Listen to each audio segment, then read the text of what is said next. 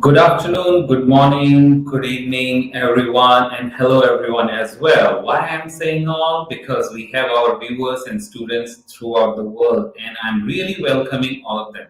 I'm Ashutosh, host for today's webinar from Mahsa University Faculty of Pharmacy.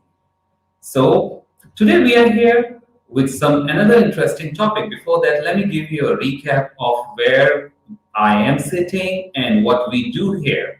So here at Faculty of Pharmacy, Mahsa University at Selangor, Malaysia, we have a state-of-art facility for creating future professionals. So at Faculty of Pharmacy, we do have our education system starting at the diploma level, followed by Bachelor of Pharmacy, which is at degree level, then postgraduate in Master of Pharmacy, and then PhD. So from an approach from lower till higher, your complete education solution. If we talk about the facility, so here we train our students at each level in respect to the industry in future when they are working in hospital, clinic, with all state-of-art facilitated laboratories with instruments, chemical labs for chemistry, and simulation labs for our students who are going to work in clinic and hospital.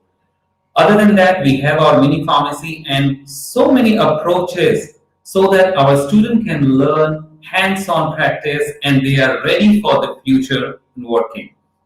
So this was about Mahsa University. If you have any query or question, please you can visit our website or you can reach us directly. As we are coming out of the pandemic now and for fully vaccinated, we have allowed the travel. We welcome you here on board in any of our open days or any other days at Selangor, Malaysia. Please visit. Coming forward to our today's topic, a very interesting one. And me being your host and also a curious person who wants to go further, looking forward for a doctoral research as well. So, today we will be talking about how to survive a postgraduate study. Yes, among our speakers and among our students and lots of our listeners and demands before, we had this query, a postgraduate, how to survive, how to ace in it, what are the small technicalities. So today I want to welcome our guest, Dr. Ali Atiq. Welcome, Dr. Ali. He has a PhD in pharmacology and toxicology, and his career is revolving around too much of research. Sometimes it scares like everyone. That's why we are here to talk about the survival manual. Hopefully, we can get from you. I have jotted down my questions, what I want to ask him today, and I will get my answer. But yes, definitely, I will not limit you, all our viewers, to ask any question. So please, simultaneously, while we are discussing and I'm asking my question, please chip in your questions in the comment boxes so that in meanwhile we can answer your questions as well. All right. So over to you, Dr. Ali. Please enlighten us. Thank you, Mr. Ashutosh, for a wonderful introduction. As he has told you, I'm head of department of pharmacology and toxicology. Most of you guys know me because we have switched the seats today. I'm usually on that side, but it feels good to be on this side as well. Now, the first this webinar, we are going to make an interactive session, like Mr. Ashutosh have told you earlier. And I would like to start my conversation by saying this, that postgraduate studies is a process. It's not a degree, right? And especially when it comes to the master's and the PhD, I do understand that you have gone through your first professional degree. So you do understand and you have the know-how, but it's a process through which you should go through. And after that, if you are completing your PhD, a very big responsibility on your shoulders, that is, you'll be called as a doctor. And for doing that, the most important thing which I understand, and then I will start taking questions from Mr. Ashutosh as well, and that will be to select your research topic. That is one of the most important thing when it comes to you. And Mr. Ashutosh has asked the same question to me: how to select a research topic. Now, over here, I will share a little bit of anecdote, a little bit of what do you say, a story with you. I used to play cricket from my city, okay, at the state level. So at the very beginning, what happened? I was playing cricket, and all of the sudden, I had an injury because the ball struck my ankle, and within few minutes, it swelled up. It was swelled up so much that I was unable to continue with my match, and I had to sit down in the stands. But our physician, he came to me. He applied some magical spray and gave me some magical pills, and within 1 hour, the pain was gone. I was back on the pitch, and I was playing like nobody's business. Right. Well, sir, I would say then you might That have an enlightenment there that your absolutely, pain is gone. Mr. Ash. That was the time. That was the time I was able to realize the power of the anti-inflammatory drugs. The magic pill which he has given to me was ibuprofen. And Okay. ibuprofen, yeah, now I know. And the ibuprofen is a very common and very famous anti-inflammatory drug, which is also used for the purpose of suppressing the fever, and also used as an analgesic as well. So at that time, that was the moment which caught my eye. And of course, it's just a small thing which makes your interest towards anything higher or lesser. So that was the time I got my interest into anti-inflammatory drugs and specifically immunology. So Okay, sir. yes, so this is how you find your passion. It could be any incidents, it could be any wisdom of words being said by your teacher or your fellow colleagues. It could be anything. But let's come back to the topic, which was how to select your research. Your passion is your research. Your passion. So, Yes, yes, yes, right. please. So, sir, sorry, just I'm a little curious here. So, you mean, sir, what interests us that becomes a research topic?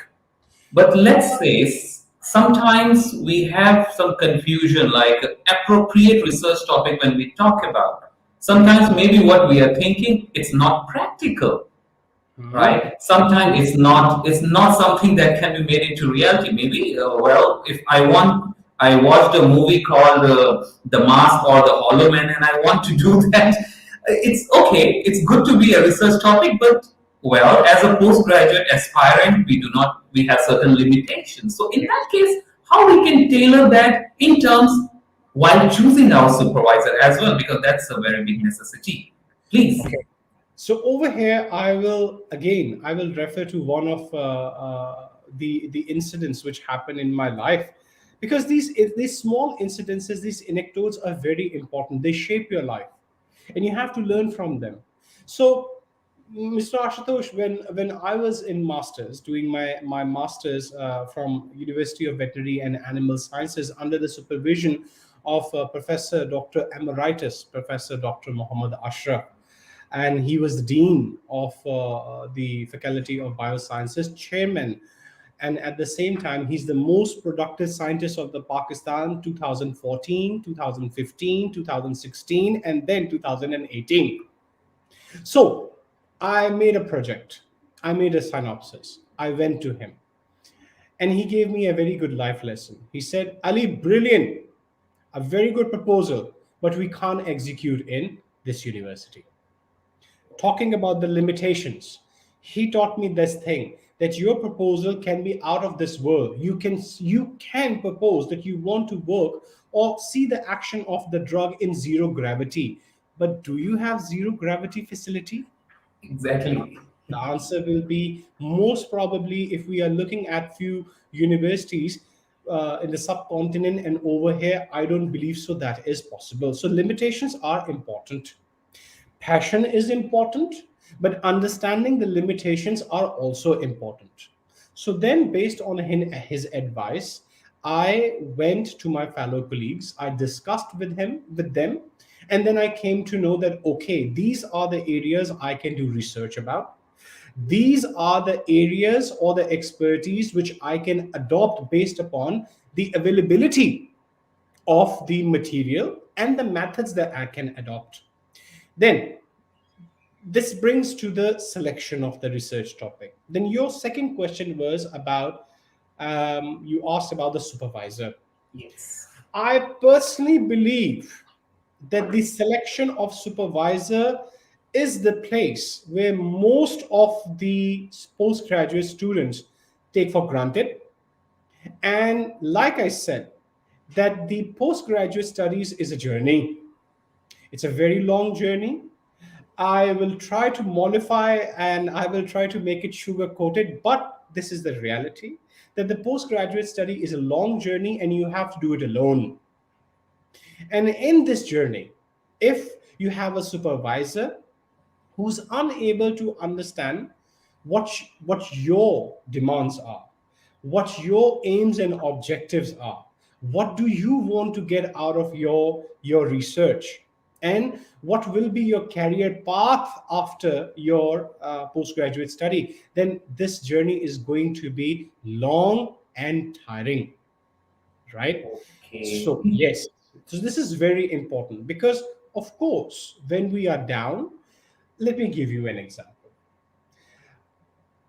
While I was doing my PhD research, and while every time I was doing, there's a high chances that there will be an experiment with no result, or the result will be totally outlandish that you cannot present that to your supervisor, or you cannot even publish that, right? Okay. But the thing is, this is the problem. But when you take this problem to your supervisor, how he or she consoles you, guides you, and then helps you out to get out of that problem is the main thing. So supervisor selection is very, very important. And for that, what I want to say is you need to make a proper communication with your supervisor before enrolling in that program, right? And this is where I would like to emphasize one more thing, that all around the world, it is not about the selection of the institute, rather, it is the selection of the supervisor. And of course, that is also the expertise of the supervisor, right? So you have to see for your passion, most importantly, you have to know your limitations. Then you need to have communication with your supervisor, potential or prospective, and that can be made by through email. You can get the email. For example, you want to do research on gene toxicity, you will be able to find if you just Google these words, that genotoxicity research, you will be able to find professors. Write to them, okay? Write an email to them. It is present on, you can find them on their profile or their institute or their faculty. Write to them, right? And if your CV attracts them, if your personality impresses them, then definitely they will reply back. But in this process, do not sacrifice your research interest. And most importantly, you need to understand that do you even lies with that person who's going to be your boss for next four, in masters 2 to 3 years, and in PhD 3 to 6 years. Well, sir, the take-home message kind of thing from these two questions, at least I'm getting. First, go with the passion. If I like some topic, work in that. I think you want to say, if I like that topic, or I like that subject, or that field, I'll be doing better in that. How the research says, when we talk about postgraduate research, so we will excel and we will definitely contribute some. Second, supervisor, as he will be mentoring us, shaping us, so choosing them wisely and they choosing us as well at the same time, because first we chose to write them. Probably when we are shortlisting, we definitely write to multiple supervisor who matches our interests, right, with our profile. And there comes when they choose us as well. And I think where these 2 points, these two interests, our interest and the professor's interest meets, there comes the second step, next step. Yes, yes. Okay, I, so I would like to add one more thing over here. so Okay. So now you have identified your research. Second, you have identified your supervisor. Now comes the third most important thing: negotiation. You need to negotiate with your supervisor. Negotiation in such a way that, let me give you an example one more I time. will need it actually, and because negotiation always we have heard in pricing, No, no, buying no. something. So what negotiations here? I personally believe, Mr. Ashutosh, that negotiation exists even when you are passing the road, right? When you're crossing the road, you are making a negotiation with the person who's driving a car. You're allowing that person to move, and then you can cross the road, or vice versa, right? So, over here, that brings back to our discussion to negotiation with your supervisor. My supervisor and respected supervisor, Associate Professor Dr. Juriati Jalil, is from University Kebangsaan, Malaysia. A very knowledgeable, very gentle, and very precise lady. So she's a chemist by nature, by core, and I am a pharmacologist by core, right? She wanted me to do to incorporate chemistry work in my PhD, while I wanted to focus on pharmacology because I had a background in pharmacology. I had masters in pharmacology. We sat down, we made a project, and we proportionated the whole research in such a way that 50% of my work is chemistry and 50% of my work is pharmacology. Where the chemistry ends, from there the pharmacology starts, and we are at the win-win situation. And I believe that's the negotiation that you guys should do while before starting the your taking him or her as a supervisor, or when you have reached there, then you can start. I'm talking about reaching there because there are international students who fly all the way towards the different continent to pursue for their postgraduate study. So if you reach to the campus, sit down with your supervisor, negotiate with your supervisor, tell your interest to your supervisor, and then start your work.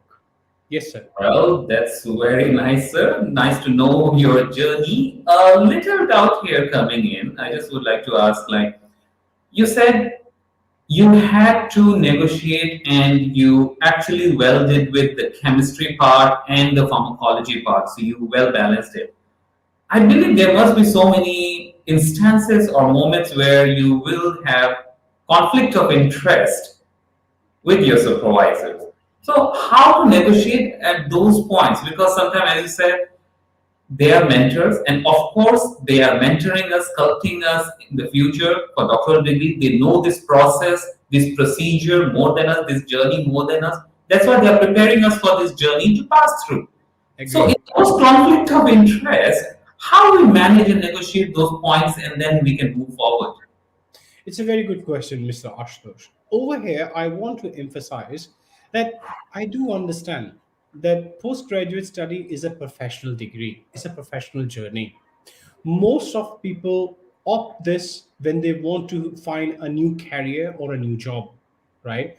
Or they find that with their undergraduate studies they won't be able to excel and not be able to reach a certain level. So we are talking about professionals, we are talking about those people who have responsibility.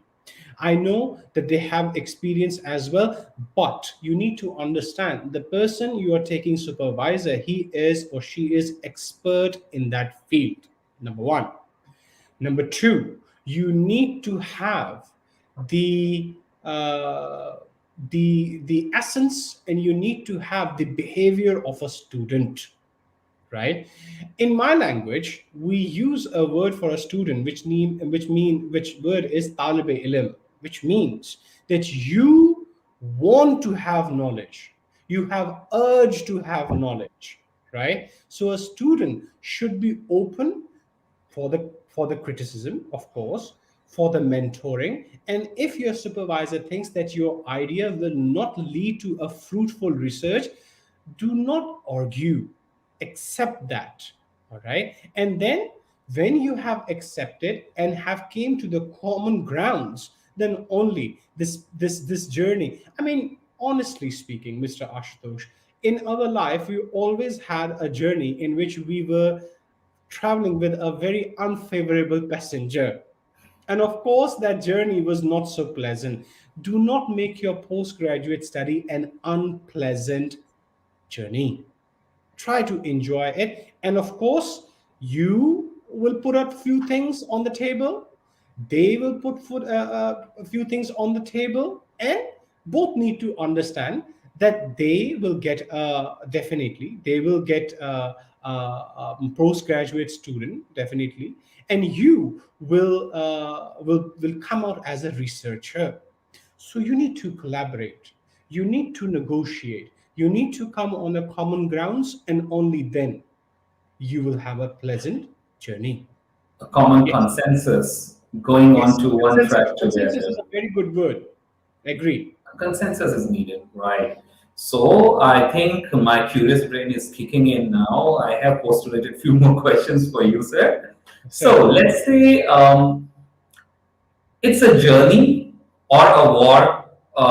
You have passed, so it's a journey. For me, it still looks like maybe a war ahead that I need to prepare it for.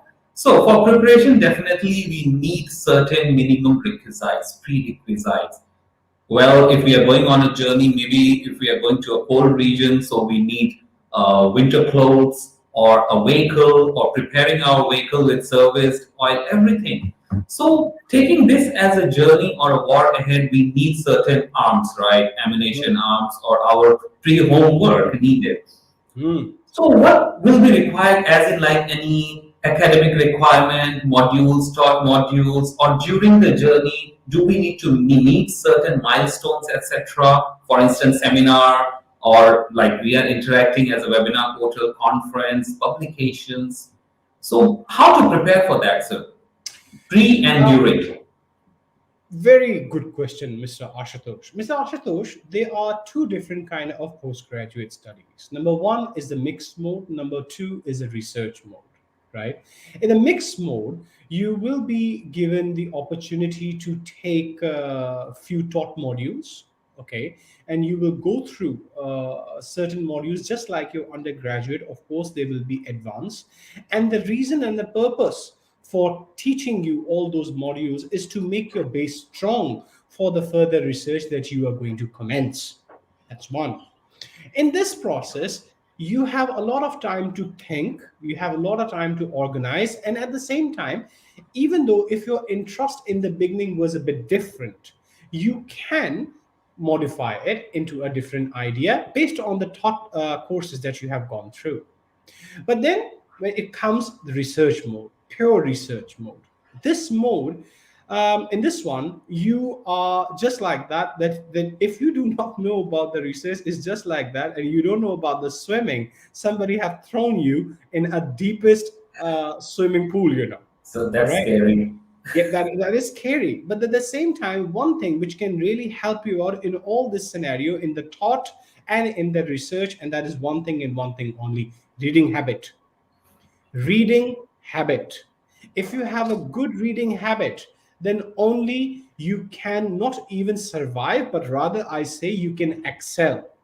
Now, like we were discussing earlier, that the supervisors, they you need to negotiate. So few supervisors, not few, they take you as a student because of course they have a research idea and they want to carry out that research idea, and you are the tool through which they are carrying out. So the reading is first of most important thing, because what I advise anyone is that in the first semester you should do a very deep review of literature. Literature review is very important to understand the gray area of your research, number one. Number two, to understand the limitation of any study, your study or any study, right?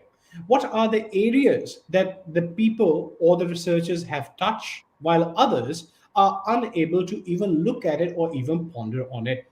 and try to convert that reading into a review article, right? So you said, so like you said, what is the armory? The armory to ace a postgraduate study is your reading, that is the tool. And from that reading, if you can convert that into a publication, then it is going to make your, and I'm doing a bit skip forward, jumping right to your viva at the day of your final viva. These publication will really give you the confidence, number one. These publications really help you to prove that your hypothesis is strong. It really helps you strengthen to your confidence to answer all those questions which you are going to face, and trust me, some of them are really tough. So if you have publications that can really substantiate your claims, and you can simply say that based upon my publication I have found these things, and this is what we have reported. If you have not public if you don't have, you have done the research, you have written the thesis, but you haven't done the publication, then it's just an hypothesis. It's not a published hypothesis, right? So there's a difference. You came with an idea, Mr. Ashutosh, and then you publish that idea. And by publishing, let me go through the process as well. You submit your manuscript in international journals. Over there, it will be peer reviewed, criticized by unknown professors and educationists or the experts of that field. And from those criticism, you are able to understand that what were the shortfalls, what were the benefits of this study, how people perceive about this your research. And of course, these publications help you to, like I said earlier, make your journey easy, fun. Number two, you are obliged to give these publications to your supervisor as well. It was his idea to take you as a student and carry out his or her research idea, right? So now by publishing, you are saying that yes, we have made a good team and you made a good choice.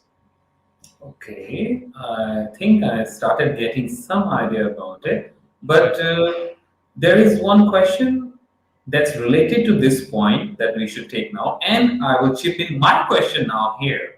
Yes. When we started, we talked about like passion, that's my research interest, Hmm. and supervisor.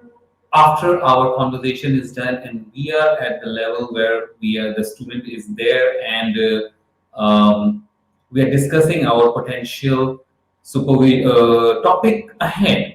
But Hmm. supervisor have a topic in mind that he or she want me to do it, and it does not match with the topic or the interest area. For instance, let's say you wanted to do on inflammation, Hmm. but supervisor asked you to do something on ortho or something not related, maybe andrology or something.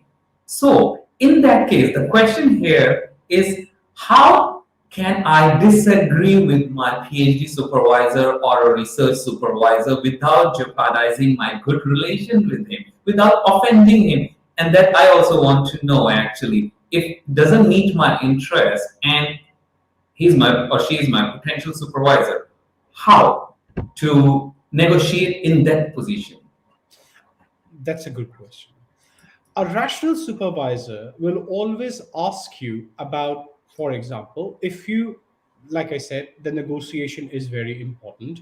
And while you want to opt a different stance of a research, then the most important thing which is going to help you out is the references, right? If you have credible references, right? And of course, your communication skills are going to help you out quite a lot. With the references, you will be able to convince your supervisor that the research that you are proposing, most importantly, you have faith in it. It is a groundbreaking one, and most importantly, I'm going to specifically going to use this word, it's novel. And I do understand that your supervisor might have novel ideas as well, right? So, in that sense, like I wanted to do pharmacology, my supervisor wanted to do chemistry. You need to meet somewhere in the middle, right? And somehow, and I would definitely say it's for like I was lucky. Not everybody is lucky this much. Not every supervisor is this much understanding. And my friends, my colleagues ask me this question, then what? You have to take some time in able to understand that whether you will be able to make better relationship without offending, without telling that no, what you are saying is not of my interest. If you can do that, that's good. But if you want to really want to go for your interest, then I would really suggest that start looking for another supervisor. Because if you are not looking for your own interest, then for those 4 years, you there will come a time that you will be sitting in the lab or in the clinical settings or somewhere where your research area is, and you will start asking your question, why I'm doing this, right? Okay. Because sir, simple as that. If you have an interest in traveling, right, I tell you a travel destination, and if you have a good interest, you will go to that travel destination and you will enjoy it. But if you're an introvert, you are forced to actually travel. You will, even though you are standing in front of the Eiffel Tower, you will not have fun in that, right? Because you Agreed. do not have interest in it. So instead of going in the whirlpool, circling around, and after 3 years, realizing that this is not your passion, this is not your interest, and definitely you do not have idea where you're going to end, right? Then my suggestion would be that get yourself, or maybe you should start thinking about changing your supervisor, but do not have a thought of that in later when you're done in your 2 or 3 years. This decision should be made in first year, or even I will say before the end of the second semester. Okay, so I think in overall this scenario, it's more of a homework before starting the journey. Or Yes. when you started the journey in early phase itself, get yourself well acquainted with the Yes. journey. If we Yes. are not well acquainted, we do not know how our journey going to be. Either it's going to be a roller coaster or a cruise drive Yes. or Yes. a space ride. Yes. We will be in trouble in later phase. Absolutely. So So basically, if we are into consensus with our supervisor, there should not be a problem. If wherever we are having some different opinion, we put it with proper evidence that yes, will come from the literature that we read and absolutely. evidence backing from some sort, maybe from experiment we did or whatever it is. Put it in front of supervisor and listen to him or her patiently. Why he or she is not agreeing to our point. Come Absolutely. to a consensus, right? Absolutely. Absolutely, sir. Communication skills are very important in postgraduate studies with your supervisor, of course. And the second thing, which I'm going to say, of course, over here, and you asked this question as well, that whenever you're doing your research, you can't just say that what my idea is perfect. It is not. You can't question it. You have to present your work at conferences. You have to carry out seminars, and in those conferences, your work will be criticized. So you should have the proper temper to take those questions. Number one. Then communication is important so that you can learn from those questions, you can answer those questions. And the communication is also important because that is the only method that is going to make you pass or excel or make you a successful person during your Viva voice. Because Viva voice is also a communication procedure through which there will be multiple professional people bombarding with you with their questions. But if you have a command on your research, you have understood, and most importantly, the passion, it was your passion, and you have publications, then you can answer those questions without any hesitation, without any reluctance, and I would say with utter confidence. Wow, that's nice. That's nice. I believe I request our viewers and listeners, please chip in your questions. Well, I have a long list. So if you want to have your chance, please give your questions. So here comes the next point, sir. I am pretty much like having a confidence that okay, that I started understanding this track. It's not a straight track, definitely. It's an ECG track. So this journey have to do a lot heard about thesis, and Hmm. even like in society, in social jokes, also people say when we somebody is saying something, don't write a thesis on it. This is true. So it's like what exactly it is, the thesis. Okay, so thesis is the journey, is actually you're writing the whole journey in your words, right? And this is, Autobiography. sorry. It's an autobiography kind of thing of that It journey. is. It is an autobiography in a way that you are writing a scientific autobiography, the journey which you had. Let me go through each and every component one by one. Number one will be the introduction in the thesis. The introduction mainly based on and focuses particularly on the background of the study. Are you able to substantiate your study? This is the background is the one which the reader is going to read and going to understand that what was the urge, what was the importance, of course. Then Okay. this, yes, the background of the study is very, very important, in which you have to highlight or substantiate your hypothesis.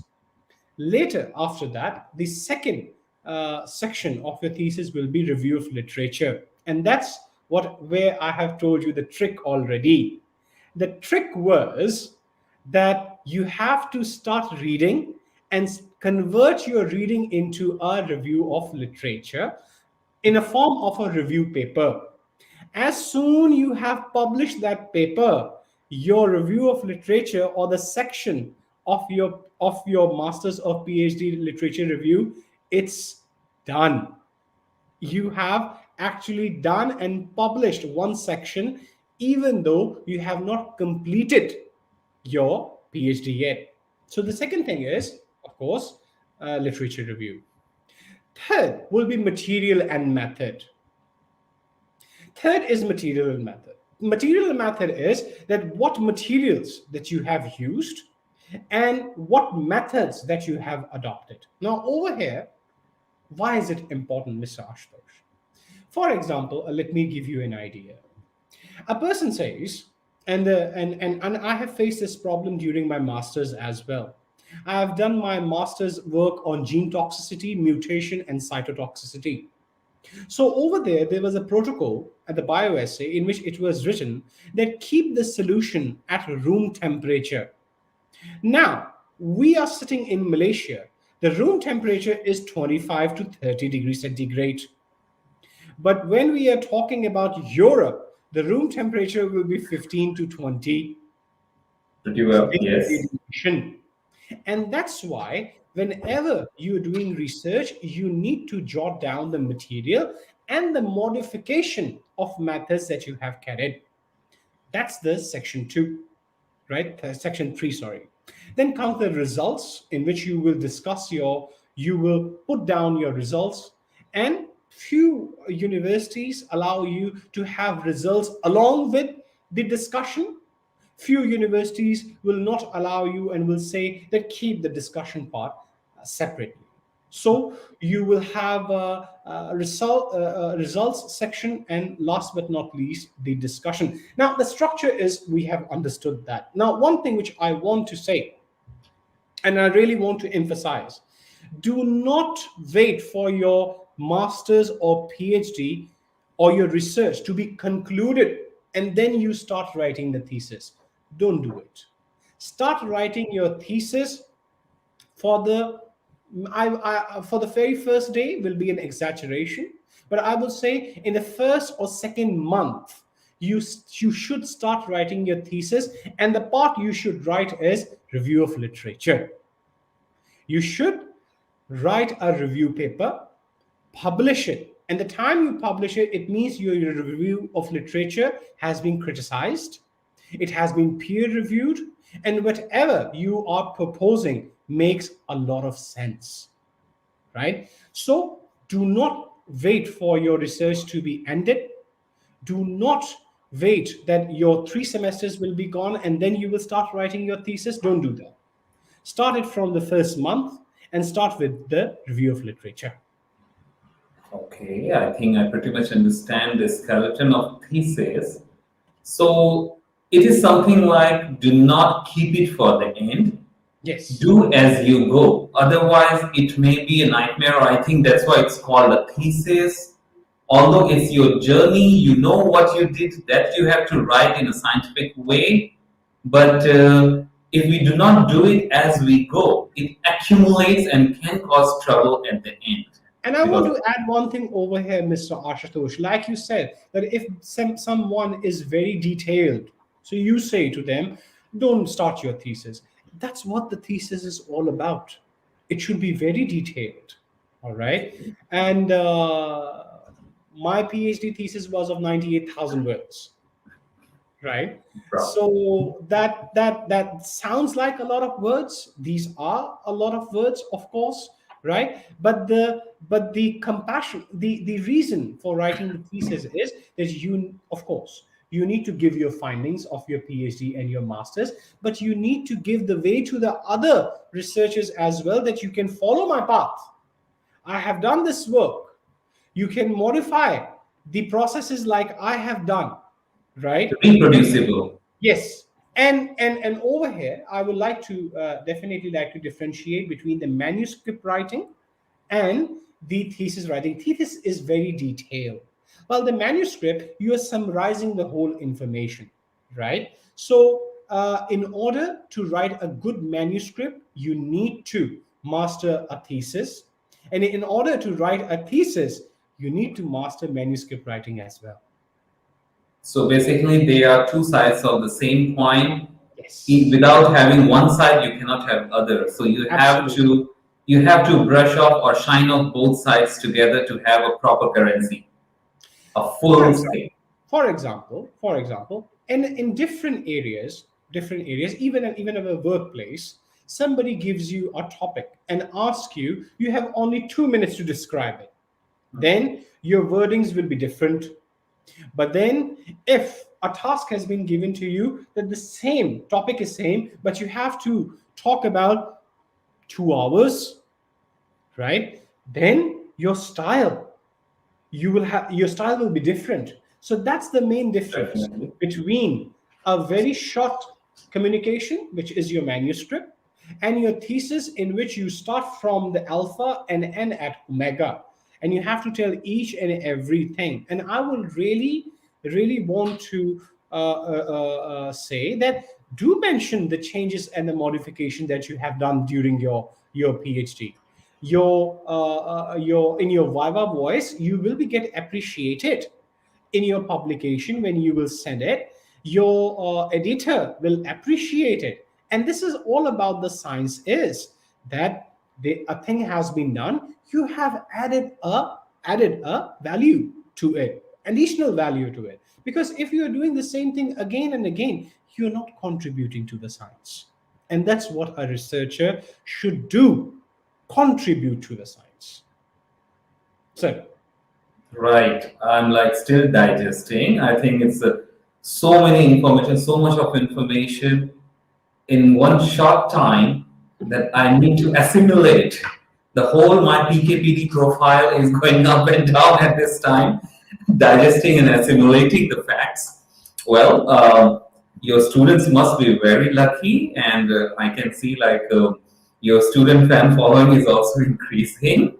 They would like to have you as your supervisor. Um, a, a little bit more. I think the final step, I'm done with my thesis writing, for instance. Hmm. Here comes the final, the D Day, Hmm. when I have to be standing in front of a whole panel of professors who are experts in field or not experts in field, and I'm the center point with the crossfire mark and all the cannons pointed at me, the Viva day. True. This was the explanation I got from some of the aspirants as well. Hmm. How to face that? Mr. Ashutosh, my I had my viva of my PhD in 2019 March. I still remember that. I remember that because, of course, it was a landmark for my life. But it started at 10:15 to be exact, and like you said, it ended up at 4:20. So it was a 4 to 5 hours of questions, and my examiner went page by page. And this is what you are expecting in your Viva. If there is an examiner who is meticulous, who is expert, and if your work is good and he or she has taken interest in reading your thesis, then you can be in a hot water. At the same time, you can ace that viva as well. Now, how to do that? Number one, you need to know whatever you have written in your thesis, you have the knowledge of it. If you're not confident about it, then do not write in your thesis, because it's your thesis. You have written it. You are allowing and permitting those examiners to ask questions from what you have written. So, number one, you should be confident what you have written, right? Irrespective that it is 100,000, 98,000 words like me, or 50,000. Doesn't matter, right? You need to be confident. And if you are not confident, do not make a part of your thesis. Number one. Number two is that what I would suggest is, okay, this is the thing. When you are writing your thesis, you go through your thesis so many times, even so many times, that you get fed up of those pile of pages.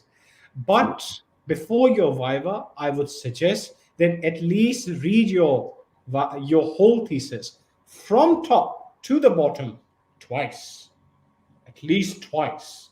All right. And start writing questions on your thesis. Means that a person or the expert may ask this question. So make your own questions. Develop your own questions. This can be converted into a question. This can be asked as a question. So you prepare beforehand. That's most important. Okay. Third, I will repeat one more time, publications, right? If you have publications and you have already published your work, it means that the in at the international level your work has been recognized, right? The questions will be asked, of course. Definitely it will be asked, because it is an emotional journey, and questions should be asked. And the reason for that is, after those 5 hours or 4 hours of question and answering session, they respectfully, my examiners respectfully asked me to leave the room. And I was, of course, nervous, very nervous, right? Because some of the answers I was able to bring very good ones. The answers were very good. Some of them were not so good. And the reason was not because I was not confident. It was because that sometimes you get exhausted. It's 4 to 5 hours of a process. You get exhausted. So I was worried, of course. Now, the bombardment of questions, why is it important that you have asked me? When I entered into the room, one of the examiners said, "Congratulations, Dr. Ali." And those words, when hit my ears, I understood. that this 5 hours of question and answers were mandatory. You have to earn this title. From that movement, from Mr. Ali, I was Dr. Ali. So, of course, that is a process that you should go through, but you can make it easy. You can ace that by number one, knowing your research, of course, knowing your thesis, what you have written. Publication is most important, that you have done the publication and you have substantiated and proven that your work has importance. And last but not least, communication skills. You need to answer those questions confidently. I tell my students one thing. Um, During the Viva session in my undergraduate and all I have a master student in the UKM as well. So I tell them, while we are examiner, we are sitting in front of you and asking questions. Do you know that during the exam or at the time of the exam, the student knows more than us? You know, they have gone through, I mean, continuously for 2 years for the masters and for 4 to 5 years for the PhD. They have worked on it tirelessly, right? And then you have came up with the thesis. So when you are gone through this journey, you should be confident. And if you are confident, then you will be able to convey your message very nicely and delightfully to those examiners, and they will agree with you. So don't worry about that. Work on your research, do your publications, and last but not least, know your thesis. And your Viva will be a piece of cake. Thank you so much, Dr. Ali, for sharing your inspiring story. Actually, now it is when it started, I had some goosebumps because of the questions and the thoughts and the curiosity. But over the period, I realized after your story, your journey, your examples, and sharing session, I feel like yes, this journey should not be taken for granted. First thing, but Absolutely. it should not be something that one should be making a nightmare kind of analogy or something. No, Absolutely. it is something doable. Just think is first question yourself whether you want to do it or not. When you do it with the passion. Yes. Don't do it by push or force. Somebody's force that forcing yourself or somebody forcing you into it. Then it will be nightmare, and you will give an example to others that this is a wrong thing or it's not something like this or that. Absolutely. Okay, Absolutely. it will become a bad example then. Absolutely. Second, and I think in this world, the negative example runs faster than the positive ones. So I believe today I got, I witnessed and inspired from a very positive example, which actually inspired my perspective even more for pursuing even higher research degree, doctoral and postdoctorals. So till here, I'm thanking you for answering our all the questions and actually like enlightening us our curiosity, answering our curiosity, and I hope our viewers and the budding researchers will be inspired and they will move forward.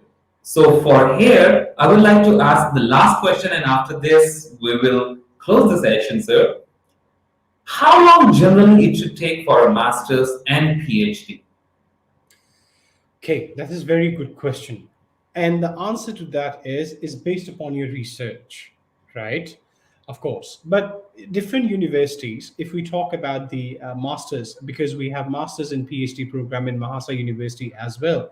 So if we talk about what do you say, an average, it's 2 to 3 years for masters, and from starting from 3 to 6 years for the PhD, right?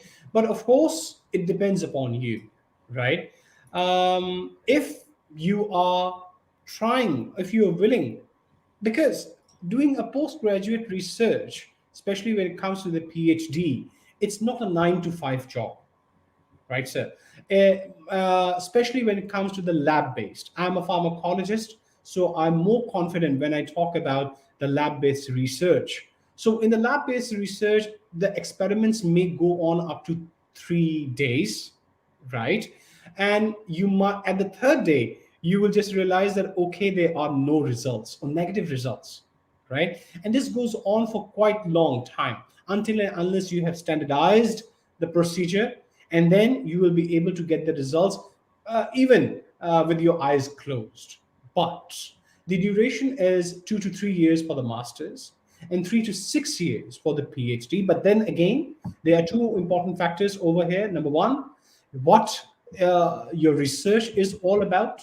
Number two, that whether your work that you have proposed, your supervisor, most of the time what happens in the middle of the process, the your supervisor feel the urge to change your topic or divert it away from your main stance. For example, my work was inflammation. If I was being told forget about the inflammation, now we are going to look into the CVS, cardiovascular system, Then, right? So that would have been totally changed the course of my research, and that definitely depend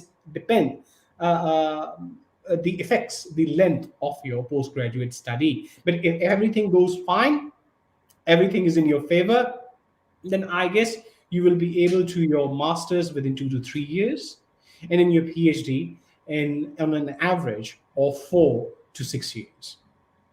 all right. Okay, thank you so much, Dr. Ali, for your insightful sharing and really answering our questions patiently. I believe this patience is one of the key terms as well during this whole postgraduate journey. So, our viewers, I wish you got your answers to most of your questions. If any left, please visit our page, drop your questions, or visit Faculty of Pharmacy Masa University whenever you are free. We are located in Selangor, Malaysia. Okay, it's just nearby Kuala Lumpur. You can land at Kuala Lumpur and can visit us. You are more than welcome to our place. With this thankful evening, with this talk, I thank you everyone. Thank you, Dr. Ali. Have a good day, everyone.